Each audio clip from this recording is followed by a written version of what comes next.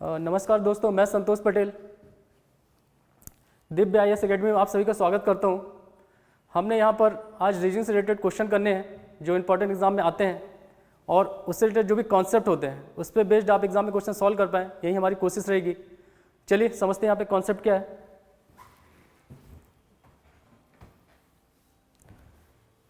आज का जो हमारा टॉपिक रहेगा वो आपका रहेगा बैठक व्यवस्था।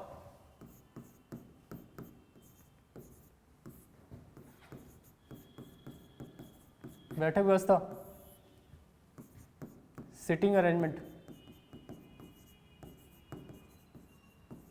सिटिंग अरेंजमेंट हमारा टॉपिक है। इस पे बेस्ड हम कॉन्सेप्ट समझेंगे, फिर उससे रिलेटेड क्वेश्चन सॉल्व करेंगे जिससे आप किसी भी एग्जाम में आए हुए क्वेश्चन सॉल्व कर पाएंगे। तो देखिए, बैठक व्यवस्था समझने के लिए मतलब कोई बहुत ज़्यादा ज्ञान की जरूरत नहीं है। बस आप सिंपल समझिए कि जब हम घर में काम करते हैं या जब हमारे रिलेटिव आते हैं या जैसे हम स्कूल या कॉलेज में जाते हैं तो हम जो बैठते हैं, हमारे बैठने की व्यवस्था के दो तरीके होते हैं। या सिंपल ऐसे समझिए, जैसे हम होटल जाते हैं, समझ लीजिए हम 6 लोग होटल गए, तो अब ऐसा हो सकता है कि होटल में होटल वाला क्या करे, आपको एक सीधी डेस्क दे दे, सीधी बेंच दे दे, उसमें बैठा दे। या ऐसा हो सकता है कि राउंड टेबल हो। ठीक है, आप लोग ने गोल मेज सम्मेलन सुना है ना, उससे रिलेटेड कॉन्सेप्ट है कि यदि गोल मेज है तो उसमें कैसे बैठेंगे, और यदि स्ट्रेट में बैठा दिया। आपको पता है गोल मेज सम्मेलन में मतलब ये गोल क्यों चुनी गई थी मेज, क्योंकि जब गोल मेज रहती है तो उसमें कोई बड़ा छोटा नहीं होता, मतलब सब एक बराबर है। और हमारे अंबेडकर जी हैं जिन्होंने तीनों गोल मेज सम्मेलन में पार्टिसिपेट किया है। ठीक है, तो बैठक व्यवस्था चलिए समझते क्या है। इसमें हम थोड़ा समझ लें मतलब क्या किस टाइप की कंडीशन रहेगी, क्या प्रकार हो सकते हैं वो देख लेते हैं। ठीक है, मतलब यहाँ पे ये बोल सकते हैं कि सीधी रेखा में, सीधी रेखा में, और यहाँ पे हम बोल सकते हैं, ठीक है, यहाँ पे हो सकता है सर्कुलर या वृत्ताकार, ये सर्कुलर और ये सीधी रेखा में। तो याद रखिए जब भी आप सीधी रेखा में बैठेंगे तो ये थोड़ा आपको ध्यान रखना है। सीधी रेखा में बैठते समय ये समझ लीजिए सीधी रेखा है, तो इसमें आपको यह ध्यान रखना कि मतलब आपका फेस, मतलब ये समझ लीजिए ये 4 व्यक्ति हैं, A, B, C और ये D, सीधी रेखा में बैठे हैं। तो हमेशा नॉर्मली जो ऊपर है, ऊपर की ओर, इधर क्या होगा, ये ऊपर है और इसको हम बोलते हैं उत्तर दिशा। ठीक है, और यदि नीचे की ओर फेस है तो ये हो जाएगा फिर दक्षिण दिशा। तो हमेशा जो क्वेश्चन बनेंगे हमेशा फेस ज़्यादातर ऊपर की ओर रहेगा, उत्तर की ओर। इसी पे सॉल्व करते हैं, इसी बेस्ड क्वेश्चन रहेंगे। अब इसमें कैसा क्वेश्चन पूछ सकता है कि जैसे ये C है, ठीक है, तो C के बाएं कौन बैठा है, तो C के बाएं कौन बैठा है, B। यदि बोल देते C के दाएं कौन बैठा है, D। अब ये बोल सकता है जैसे कि C के बाएं दूसरा कौन है, तो क्या हो जाएगा, A। या ये बोलता है कि A के दाएं तीसरा कौन है, तो ये A है, दाएं तीसरा मतलब 1 2 3। ऐसे क्वेश्चन बनेंगे। वृत्ताकार में कैसा हो सकता है, समझ लीजिए एक वृत्त है, ठीक है, ये वृत्त का क्या क्या रहेगा, केंद्र, मतलब ये आपका केंद्र है, ये वृत्त का केंद्र है। तो इसमें भी दो प्रकार से बैठ सकते हैं, मतलब ज़्यादातर नॉर्मली क्वेश्चन आपका केंद्र की ओर मुंह रहेगा, इसमें केंद्र की ओर फेस। समझ लीजिए 4 बैठे हैं, A, B, C, D, ये 4 लोग बैठे हैं। एक ऐसा हो सकता है मतलब केंद्र की ओर फेस है, यहाँ पे अगर हम करें, ठीक है, और एक ऐसा हो सकता है ये केंद्र की ओर है, मतलब जब आप केंद्र की ओर देख रहे हो, केंद्र की ओर, ठीक है, और एक हो सकता है केंद्र से बाहर, केंद्र से जब बाहर देखते हैं, मतलब आप ये ग्राउंड टेबल है और आप लोग बाहर की फेस है, मतलब चलिए इसके M ले लेते हैं, NOP, ये केंद्र, केंद्र से बाहर की ओर। तो यहाँ से समझना कि आपको जो रहेगा यहाँ पे सीधी रेखा मतलब स्ट्रेट लाइन में ABCD बैठे हैं, तो ऊपर की ओर देख रहे हैं मतलब उत्तर, नीचे की ओर देखें दक्षिण। वृत्ताकार में 2 तरीके से बच सकते हैं, केंद्र की ओर मुंह रहेगा और केंद्र से बाहर की ओर रहेगा। ठीक है, तो ये अपना सर्कुलर है, केंद्र की ओर है। तो तीर का निशान कहाँ रहेगा, जिस ओर रहेगा, जब मैं केंद्र की ओर देख रहे हो तीर का निशान अंदर और केंद्र से बाहर तीर का निशान बाहर।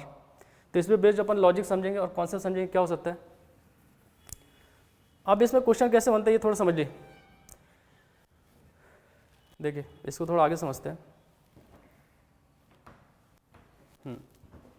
पहले मैं थोड़ा सीधी रेखा कॉन्सेप्ट समझा दूं आपको।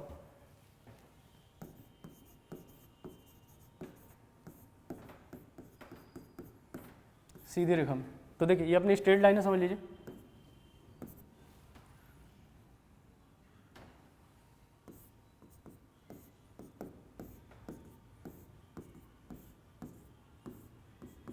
ठीक है, ये सब का मुंह कहाँ, उत्तर की ओर, मतलब उत्तर की ओर देख रहे हैं, ठीक है। तो जब उत्तर की ओर मुंह देख रहे हैं मतलब आपके पास ए है, बी है, सी, डी, ई, एफ।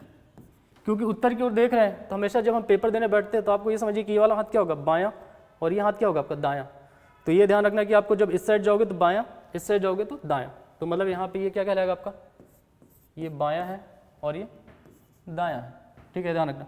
तो बायां मतलब जाने के लिए जब बोला जाए तो आप इधर की ओर जाओगे, जब दायां जाने के लिए लो तो इधर।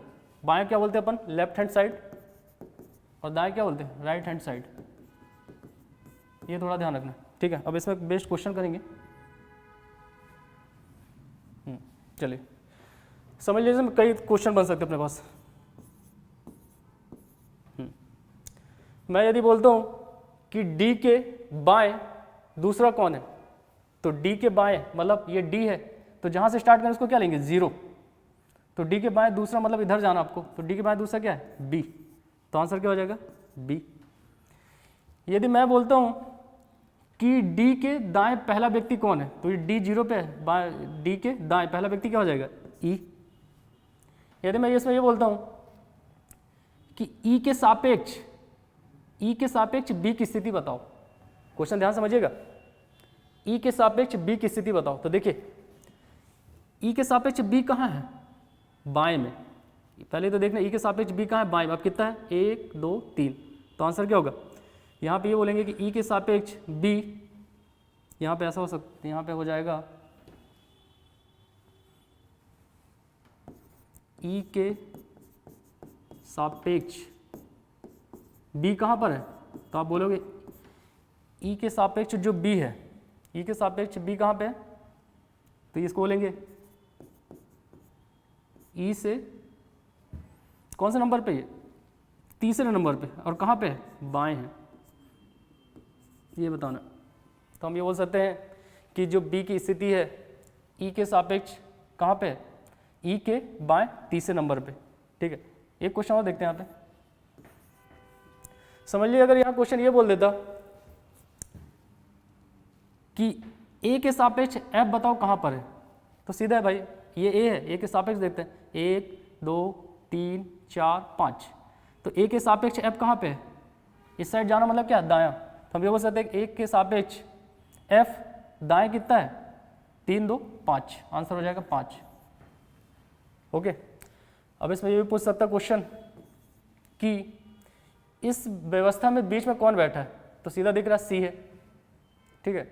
इसमें क्वेश्चन ये पूछ सकता है कि दाएं से चौथे नंबर कौन सा है, तो दाएं से चौथा मतलब दाएं पहला ये है, ये दाएं से चौथा मतलब 1 2 3 4, आंसर क्या हो जाएगा, C। तो ऐसे क्वेश्चन रहेंगे। आई थिंक आपको कॉन्सेप्ट क्लियर हो रहा होगा, मतलब ये बेसिक लेवल के कॉन्सेप्ट्स हैं, बट इसी पे बेस्ड क्वेश्चन बनते हैं।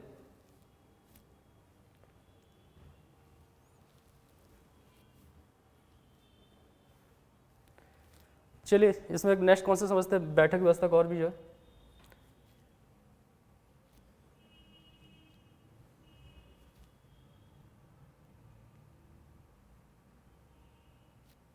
चलिए अब हम ये एक अभी अपने सीधी रेखा में देखा, अब देखते हैं यदि बैठक व्यवस्था कैसी हो, वृत्ताकार।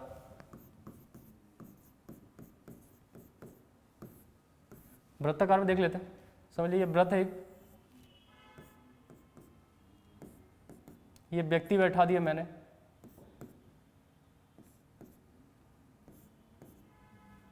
ठीक है। एक ये क्वेश्चन ऐसा ले लेंगे, मतलब इसमें अगर हम ये समझ लीजिए ए है, B C D E F G H, ठीक है। ये केंद्र है, सेंटर की ओर, ये सब केंद्र की ओर मुंह है इनमें, ठीक है, ये ध्यान रखना। एक और सिंपल सा क्वेश्चन ले लेते हैं, मतलब और भी देखिए, आपको जब ऐसा करना है तो हमेशा याद रखिएगा शुरुआत कहाँ से करनी है, ये ध्यान रखना। शुरुआत मैन है, यहाँ से शुरू करेंगे हमेशा नीचे से, और इस साइड जाना मतलब क्या कहलाएगा, बायां, और इधर जाना मतलब क्या कहलाएगा, दायां, ये ध्यान रखना आपको। तो हमें दो चीज़ याद रखिए कि शुरुआत हम नीचे से करेंगे। अब शुरुआत हम नीचे से क्यों करते हैं, ये थोड़ा ध्यान रखना है। शुरुआत नीचे से इसलिए करते हैं क्योंकि जब हम पेपर देने जाते हैं तो नॉर्मली ऐसा बैठते हैं, और हमेशा याद रखना ये बायां हाथ और ये दायां। तो जब आप ऐसा देखोगे, देखिए दोनों हाथ को ऐसा करिए, तो ये बायां और ये दायां, तो मतलब बाएं जाना मतलब इधर जाना और दाएं जाना मतलब इधर। तो आप एक लॉजिक यहाँ समझ रहे होंगे कि बाएं जाना मतलब घड़ी की दिशा और दाएं जाना मतलब क्या होगा, घड़ी के विपरीत। ये ध्यान रखना आप, ठीक है। तो हमेशा आप यहाँ से करिए, कभी गलती से यहाँ से नहीं करिए क्योंकि मिस्टेक होने के चांस बढ़ जाते हैं। हमेशा हम नीचे से शुरू करेंगे। चलिए देखते हैं अब क्वेश्चन कैसे बनते हैं। देखिए ये जो मैं लॉजिक कॉन्सेप्ट बता रहा हूँ, यदि आपने एक बार समझ लिया तो किसी भी एग्जाम के क्वेश्चन सॉल्व हो जाएंगे। मतलब आप ये ना समझिए कि सर यहाँ पे क्वेश्चन क्यों स्टार्ट नहीं करें, कॉन्सेप्ट समझ में आ गया तो कोई भी क्वेश्चन इजीली सॉल्व हो जाएगा। तो हमें कॉन्सेप्ट समझना है कि क्या है। चलिए देखते हैं यहाँ पे क्या है। देखिए जैसे यहाँ पर ए है, ए है। अब ए का पहले फेस देख लो, कहाँ देख रहा है भाई, ये उत्तर की ओर देख रहा है ना, ये उत्तर की ओर देख रहा है, ठीक है। अब मैं यहाँ से क्वेश्चन बनाऊंगा और उसके आंसर भी साथ में करेंगे अपन। देखिए जैसे पहला क्वेश्चन बोल देगा कि ए के सापेक्ष एफ की स्थिति बताओ, ए के सापेक्ष एफ की स्थिति बताओ। तो देखिए ए के सापेक्ष एफ कहाँ पे, तो जहाँ से स्टार्ट करेंगे, मतलब समझिए यहाँ से स्टार्ट करें तो उसको जीरो लिया जाता है, ये ध्यान रखना आपको, जीरो। अब ए के सापेक्ष एफ की स्थिति देखना है तो कितने, देखिए 1 2 3। तो ए के सापेक्ष एफ कहाँ पे, देखिए मैं यहाँ क्वेश्चन नहीं लिखूंगा, डायरेक्ट आंसर लिखूंगा। तो जब मैं बोलूँ तो आप क्वेश्चन लिखते जाना प्लीज़। मैंने क्वेश्चन पूछा है, पहला क्वेश्चन है कि ए के सापेक्ष एफ की स्थिति क्या है, ए के सापेक्ष एफ की स्थिति क्या है। तो हम सीधा समझ आ रहा है कि मतलब इधर जाना क्या कहलाएगा, बायां। तो हम ये बोल सकते हैं कि ए के सापेक्ष एफ कहाँ पे है, तीसरे नंबर पे।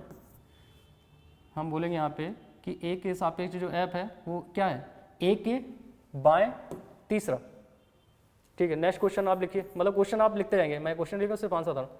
यदि आपसे ये क्वेश्चन पूछ लेता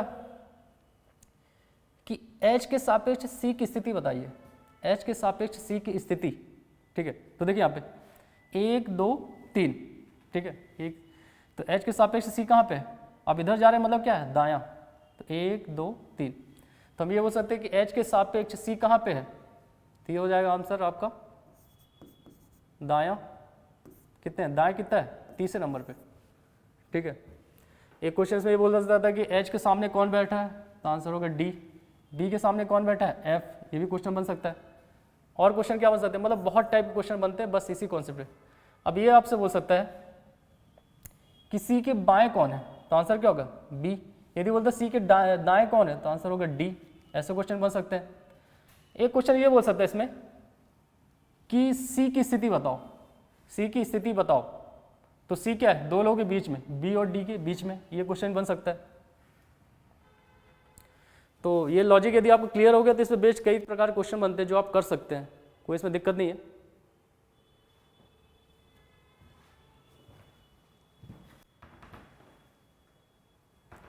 ठीक है, इसको नोट कर ले।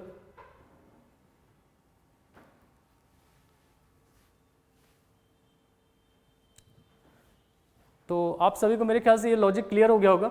इस पे बेस्ड जो क्वेश्चन है इसका नेक्स्ट पार्ट आएगा, उसमें हम देखेंगे। तब तक आप हमसे जुड़े रहिए।